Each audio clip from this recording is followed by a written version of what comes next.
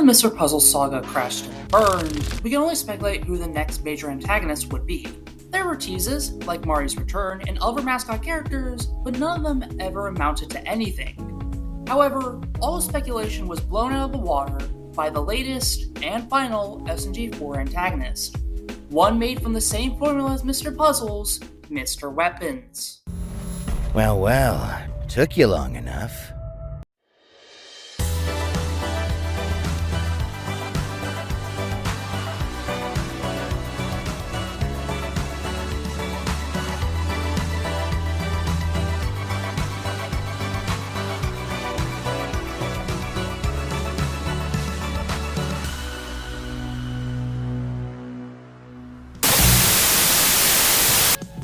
Before we get to the meat and potatoes, you need to understand who Mr. Weapons is. He's the husband of another prominent SMG4 character, Karen Catfish. First introduced in the Mario documentary and properly introduced in Mario Does His Laundry, Karen is portrayed as a tired, bored, cynical worker with a soft spot for children. That's because she's a mother of 1,000 kids. You have 1,000 children? Which was later retconned to just 3, probably for the best. Those children, Katie, Corey, and Zach, were introduced to us in How to Train Your Mario. Katie is the kind but quiet triplet who's often picked on by Zach, the troublemaker. And then there's Corey, who doesn't have much going on behind those eyes, but we love him anyway. Karen and her family were usually reserved for brief joke cameos or minimum wage parody bits. That changed with We Must Kill Mario. A running gag with Karen is that she's a bit of a trailblazer. When push comes to shove, she's an absolute unit, and that's because she used to be an assassin. Although she left that life behind, the past has a way of catching up, and that's exactly what happened in the Silence of the Cats arc. The arc opens with a lighthearted medieval battle between Karen, her kids, Big SMG4, and Swag that escalates from pretend to real, although it foreshadows what's yet to come. Just like that idiot father. The real story kicks off in Hobo Mario, where Karen loses her house and puts on a facade for her kids despite the harsh reality.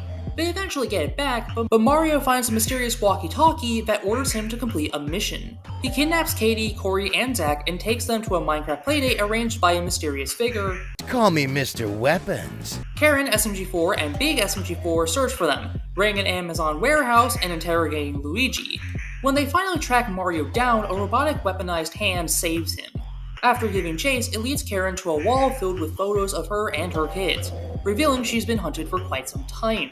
The hand ominously warns her, Better hurry home before it gets cold. Tick-tock. She rushes home and comes face to face with none other than her husband, Mr. Weapons.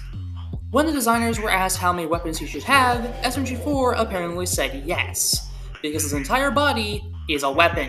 His helmet's a cannon, his shoulders are cannons, his hands can transform into weapons, including finger guns, he's got flamethrower feet, a chainsaw jacket, heck, even his tie is a knife. The man is a walking arsenal. Now, after hunting down Karen and kidnapping her children, what could Mr. Weapons want? What possible motive does he have? They're too busy trying to chow down on my homemade pizza! Let me tell you, thought I was gonna lose a finger keeping them off it until you got here. Hungry kids, am I right? He wants to play Papa. Unable to take no for an answer, Weapons keeps inserting himself into their lives. This escalates when an incident leads the kids to gain weapons of their own, cementing him in their eyes as their father. He teaches them how to use their powers and invites them on a mission, leading to a brutal parental defeat for Karen. Weapons tries to use tough love to help the kids grow, which goes south immediately. After a heart-to-heart with SMG4, Karen returns, rescues her kids, and together they defeat Weapons. She and her children move on, while he lies broken and abandoned. Even though it was short, the arc shows that the SMG4 team has worked out the game since that. We can change your fate. In 4 episodes and a movie, it accomplished everything it needed to. The voice acting was strong, and the arc balanced heart, action, and comedy well. Even the most predictable plot points were still effective. The absolute highlight, though, had to be Mr. Weapons. His full reveal, motive, and character were handled exceptionally well. Despite being the villain, he was incredibly enjoyable. Even if we weren't meant to root for him, we still wanted to see him be a dad. Which he does, even if he's very bad at being a dad. Overall, it was a tight, satisfying story.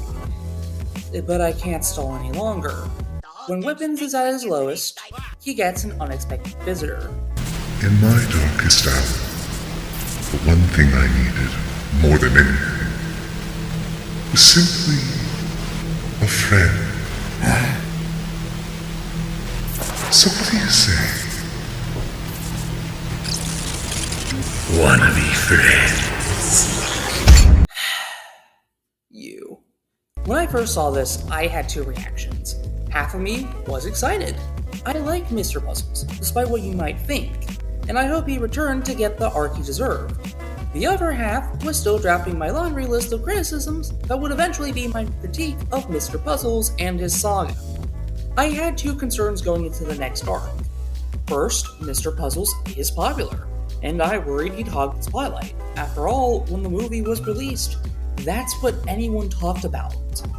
My second concern was simple. Would they get him right? Would Mr. Puzzles get the arc he deserved? Or would we see a repeat of what happened last time? Only time could tell as we waited for the next arc. The arc starts with Meggy job hunting. Again. And ends up as a lab rat. This splits her into her counterpart, Leggy, who runs off searching for Mr. Puzzles. To get her back, Meggy promises to contact him as a lawyer, and she follows through. Meanwhile, Mr. Puzzles is rotting in prison, rambling to Leggy 2.0 until Mr. Monitor destroys her. That snaps him out of his funk and he prepares a plane, which is actually an escape plan. He just needs the right accomplice, and he gets wind of an inmate described as a living weapon, who could land the role he needed. Tomb. Yeah, you thought it was Mr. Weapons, didn't you? Using Tomb, Puzzle finds and contacts Weapons and offers him a deal, help him escape and he'll erase his memories. While repairing Weapons, Puzzles learns he's on death row. At the same time, Meggy calls offering him a legal way out, forcing him to juggle two escape plans. Tomb and Weapons bond while stealing items from the SMG4 crew, while Meggy gets backlash for helping Puzzles. Things escalate when Puzzles is caught calling her, and his execution is moved up to that night. Weapons and Tomb break him out, and chaos follows as they're chased by cops and the Death Cube. But tension builds. We learn Puzzle's plan was to use Weapons to stage a fake incident to regain Meggy's trust. The problem is, he actually starts caring about him. This reaches a head when he meets with Meggy, who has also been very tense about the meeting, and it goes wrong. Really, really, really wrong. The plan backfires. Meggy chews Puzzles out, Weapons and Tomb are betrayed, and now either party is being hunted by the Death Cube. At the end of the arc, Puzzles vows he's going to fix this. Tomb was a surprise addition, but a welcome one. His cute design contrasted hilariously with his personality, and he often carried the team. Weapons, even with limited focus, showed real growth, even choosing to live with his mistakes with his family, all without any outside validation. And honestly, Tomb and Weapons' dynamic is adorable. Watching Weapons treat him like a son even while Tomb clearly isn't thrilled about it was comedy gold. Production-wise, the voice acting, animation, and pacing were all consistent. The team clearly learned from their past mistakes. But there are still areas where things fall short, and unfortunately, most of them trace back to Mr. Puzzles. As my concerns were justified. He does hog the spotlight. Even when Weapons is positioned as important, the narrative keeps circling back to Puzzles, making it feel like his story instead. And after Leggy's 2.0's destruction, it's hard to sympathize with him.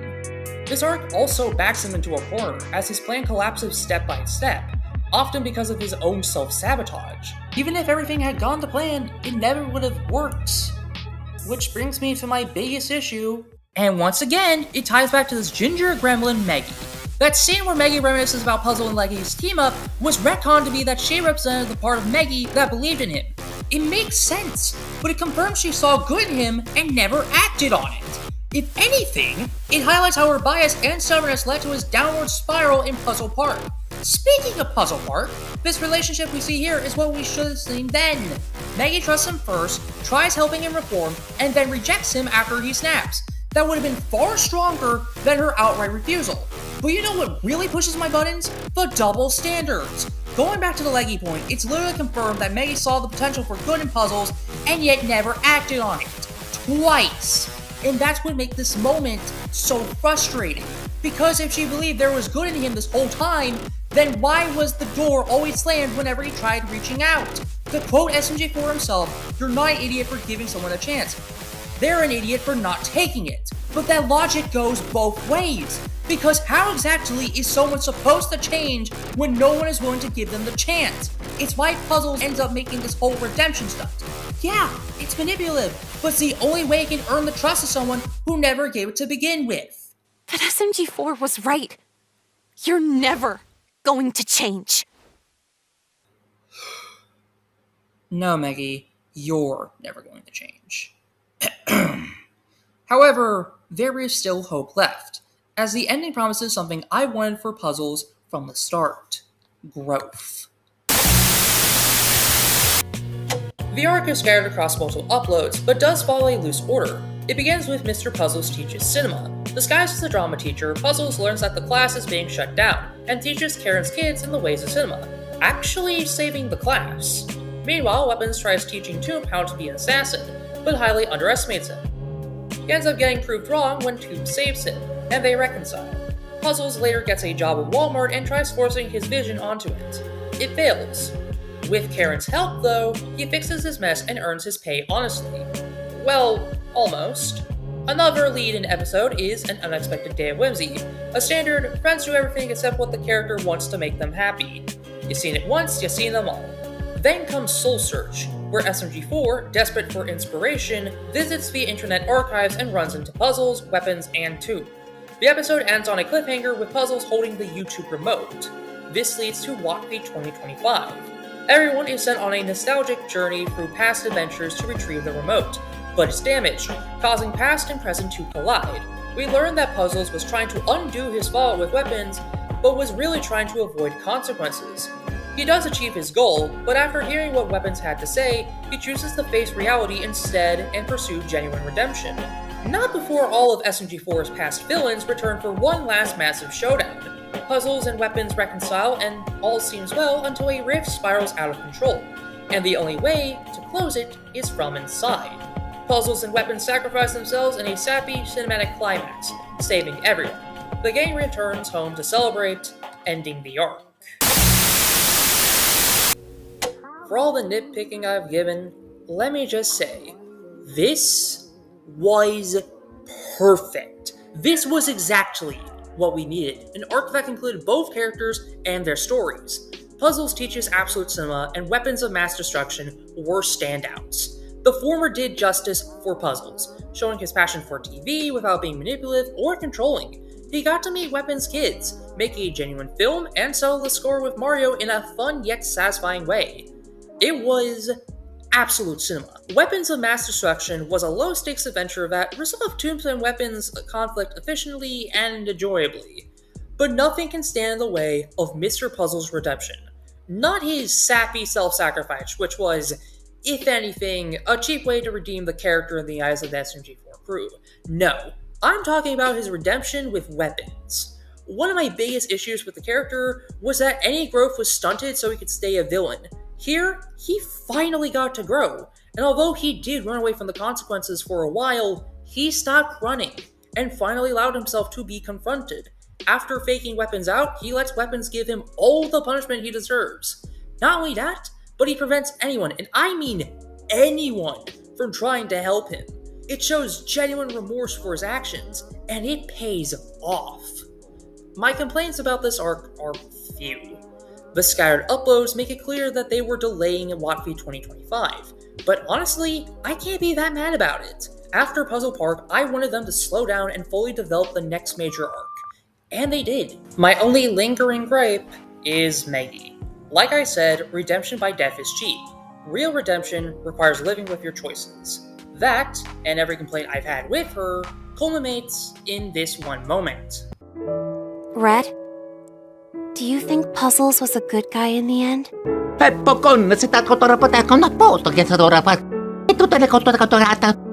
Patatsunan po kada po fratello. Con citato to rapportato una foto che è stato raffaccato. E tutto e sembrete. Yeah, no Sherlock. It took him literally sacrificing himself for you to realize he wasn't a bad guy and needed a friend? Anyway, poor Tomb's all alone now. Hopefully he's alright. I can speak. I came to this planet to research an interesting phenomenon, friendship. Something that seems to bring your species together. My research here is complete. I'll be going now. Never mind. Bottom line, this arc was fantastic. A finale that finally gave Puzzles the story he deserved and marked a huge achievement for modern SMG4 and the series as a whole. But now that we've gone over the good and the bad, it's time we go over the unfortunate. When I first saw the scene, I thought it might be a setup for a washed-up SMG4 arc, since he'd been struggling creatively. But the signs were there, and then it happened. SMG4 announced his retirement. Like everyone else, I was devastated. His content was a huge part of my childhood, and something I always looked forward to. But all good things must come to an end. This was just his time. I have a lot of thoughts about the channel ending, especially the final few episodes that were dropped, but that deserves its own video. For now, all I'll say is this. I'm sad it's over, but I'm grateful I got to see it happen. This was supposed to be a Mr. Weapons video, but yes, I did ramble about Mr. Puzzles. But if it isn't obvious, I love Mr. Weapons. He was a great character with a fun and charming personality and a breath of fresh air for the SMG4 channel. I wish he had more screen time, but he got every second he needed. Heck, he didn't even need to be present to resolve things with his family. That's how much he grew. As for Puzzles, he's far from perfect, but he was good. He finally got the arc he deserved, and I'm glad the writers finally let him grow. Weapons, hands down though, was the improvement, if not the perfected Mr. Puzzles. But if I had to choose between the two, I would have to go with Mr. Weapons. Of course it would be Mr. Weapons. Why wouldn't it be him? I've yapped enough though. So the secret word for today is #WeaponsSuperior. Now for the shoutouts. Shoutout to Gaming with Hakelin, ShadyCat2492, CamKWait, and SAEdgyVA. Thank you all so much for watching, and remember to like and subscribe. Whew. Well, all is well and ends well, right? I don't think we'll be coming back.